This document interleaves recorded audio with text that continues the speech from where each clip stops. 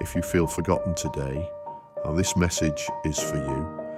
You've been waiting, praying, hoping, and sometimes it feels like God is silent, like everyone else is moving forward while you're standing still. But listen carefully, God has not forgotten you, not for a single moment. Every prayer you've whispered, He heard it. Every tear you've cried, He saw it. And every promise He made still stands. Your waiting season is not a wasted season. God is working even when you can't see it. Hold on. Your breakthrough is closer than you think.